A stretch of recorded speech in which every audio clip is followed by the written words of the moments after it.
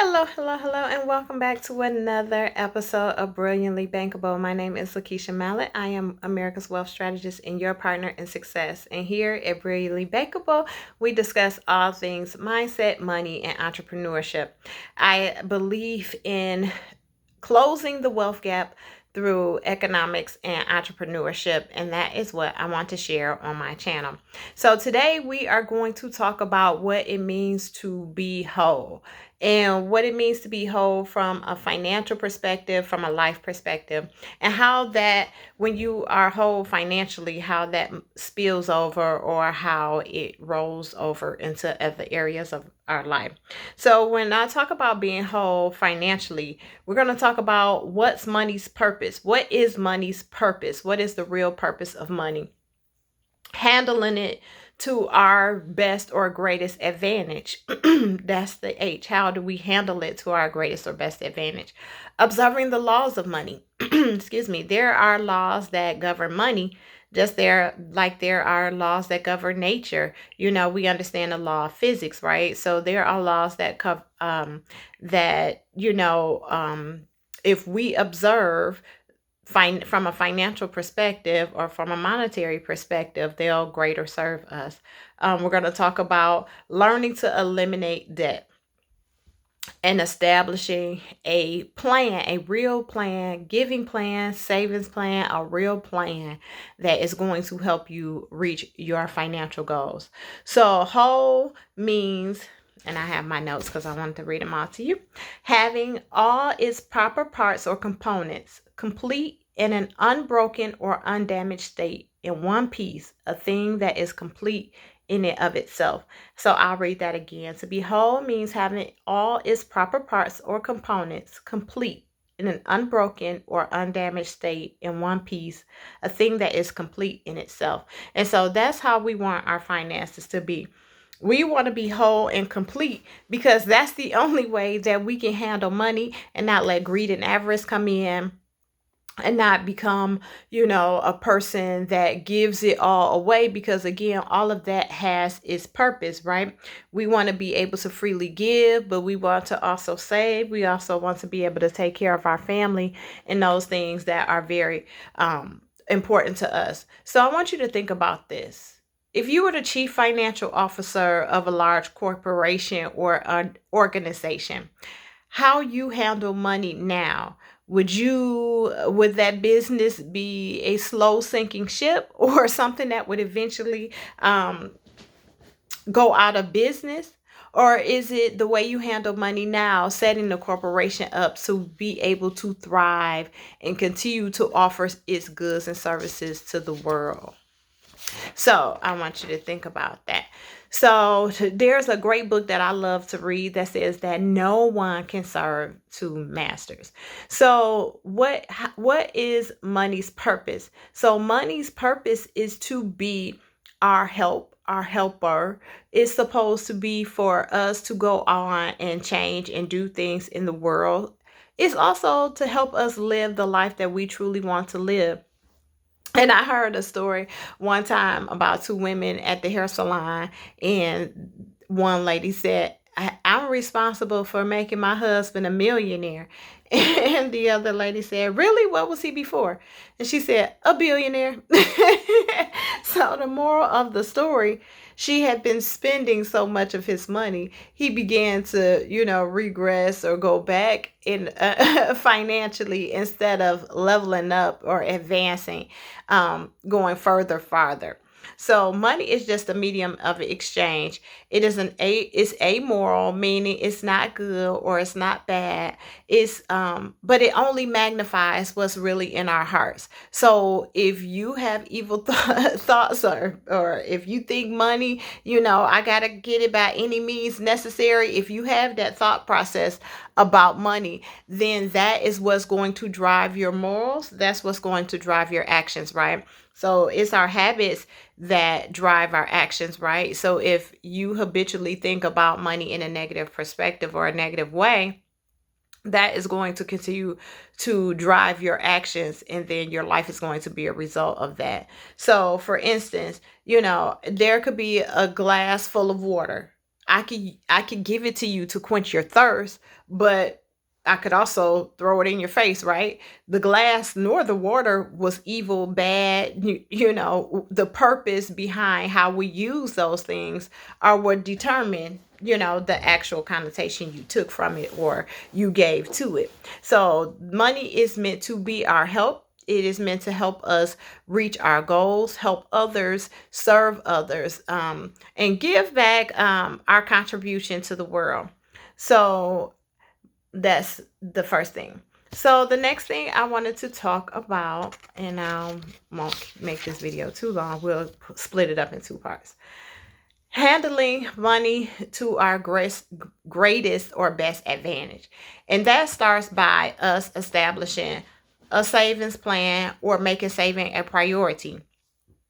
And so, how do we do that? We do that because emergencies happen, things happen, unexpected things happen, things we didn't plan for happen, things we thought might have happened were going to happen. So it's best that we start to build a plan that allows us to save a portion of our income to be able to tackle those things, not only in the short term but in the long term. Just really putting something in place where you're, like Dave Ramsey says, give every dollar has a purpose. So every dollar that comes into your bank and your bank accounts into your hands, like I say all the time, how you spend $1 is how you'll spend $1 million. So there's no reason to think that, having more money is just going to be the answer to all of your life's problems, because more money, more problems, right? As Diddy says, right? So without a plan of action, without a strategic plan to save and invest, then just more money is just going to deter you from really doing those things, because you don't have a strategic goal and plan in mind to do them now. So as we discuss the importance of saving, I just want to give you a breakdown of some statistics that have not changed over the span of 50 years. So out of 100 people that start working at age 25, at age 65, only 1% are wealthy. 4% have enough money to retire. 4%. 3% are still working because they can't afford to quit. 63% depend on social security, friends, or charity. 29% are deceased. So to put it simply, after working 40 years minimum, 95%, so many Americans will die or retire in poverty. Think about that for a second. After working 40 years of your life, many Americans won't have much to show for it. In their golden years, those years that are supposed to be enjoyed and savored because you have spent so much time working, you're supposed to be enjoying those a little more. Most Americans are not enjoying those golden years. Only 5% of the people who start working at 25 by age 65 will be in a financial place where they can do that.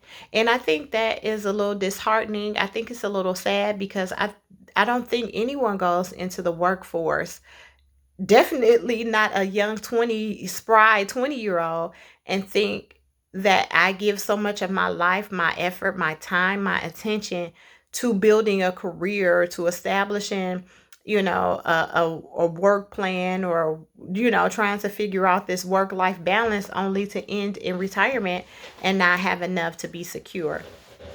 So we need to understand how to handle money to our best advantage. So the next thing I want to talk about is observing the laws of money.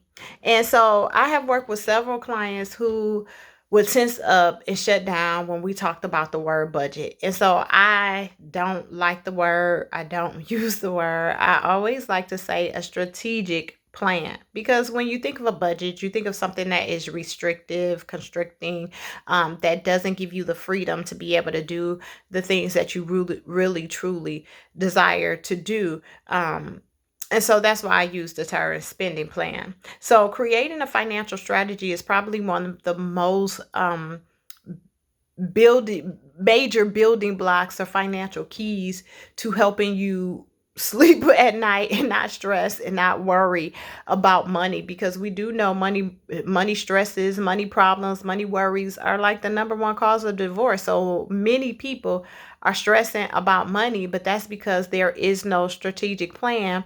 They haven't observed the laws of money. And I remember Ayn Rand had a quote that said, the law obeys man when man obeys the law. And so that is true from a financial perspective. Money will begin to obey you when you first begin to learn and obey the laws that govern money. And so, just like we talked about earlier, the law of gravity, the law of, there's a law of sowing and reaping, right? We know what goes out comes back to us. So, when we begin to observe those laws from a financial perspective, then we can be able to put in place, something that can take care of us again in our later years, our golden years. But not only then, even now, again, we want to enjoy life. We want to enjoy the fruit of our labor. We want to enjoy what we do for a living. We want to enjoy vacations. We want to enjoy nice things, nice cars, nice houses, be able to eat the types of things that we want to eat, because we know there's just a few things that people want out of life. They want to do work that they enjoy. They want to mix with people that are upbeat and positive. They don't want to have any financial stresses, no worries, no concerns. They want to be able to write the check if they need to. Well, I guess in today's economic space, that might be Move It, Cash App It, Venmo, Zelle, the money. They just want to be able to be in a place where they can really be able to do that. And again, none of that happens by happenstance. In the statistics we talked about a little bit ago, you know, um, that 5%, they didn't get there by happenstance. That was strategic. That was strategic, that they were able to get to a place that they were able to excel and do for well from a financial perspective. Not everyone is born with a silver spoon in their mouth, and we're talking about the averages. So we're talking about people who started out on the same playing field, right? So again, salaries have increased differently over the years and things like that have happened. But starting with a clear slate, with the same level playing field, 5% will go on and excel and do well, and then 95% won't. And like I said, that's a statistic that hasn't changed over the last 50 years. So how do we begin to close that gap? So that is what I wanted to share with that one. And then establishing a giving plan. And again, I say it all the time here at Brilliantly Bankable, and I'm going to say it again and again and again. How you spend $1 is how you spend $1,000,000. No one thinks that, you know, if they had $1,000,000, they wouldn't give to the poor, or they wouldn't help needy children somewhere. Everyone thinks that if their financial situation changed, they would do all these grand and glorious things. But the truth of the matter is, the reality is that very rarely, seldom happens. Most lottery winners are completely broke, in poverty, 5 years or less after they win those large amounts of money. Why? Because it hasn't been a shift in the mindset about money. There hasn't been a shift in the handling of the money. There hasn't been any shifts in their approach to it. They just got a large sum of it in a relatively small amount of time. We see how the detriment of that with athletes, right? We see young athletes come into large amounts of money over a short period of time. ESPN did a series, 30 for 30, or 30 out of 30. I think it's 30 for 30. And it highlighted or showcased a number of athletes who retired penniless and broke. Why? They received more money over their short career span or short working time frame than most Americans will make in their lifetime, and yet they still retired penniless and broke. Why? Because hasn't been a shift in how they give, how they save, how they plan, how they invest, how they think about money. Again, all of those things go hand in hand. Law obeys man when man obeys the law. So we have to learn all of those pieces, and they're not hard to learn. We just aren't taught them. We have to learn all of those pieces if we're going to do well, if we're going to be able to give to the projects that concern us, that we care about, if we're going to be able to help those that we love, if we're going to be able to live the life that ultimately we want to live. So I just want to share all of that and say money is nothing more than a tool. It's a tool to help us accomplish the will, the plan, the desires that we have for our hearts. And if we continue to understand what's money's purpose, handling it to our best or greatest advantage, observing the laws that govern it, learning to eliminate debt and establishing a giving plan. When we do all of those things, we'll learn how to be whole from a financial perspective. Again, my name is Lakeisha Mallet. I want to wish you an amazing day.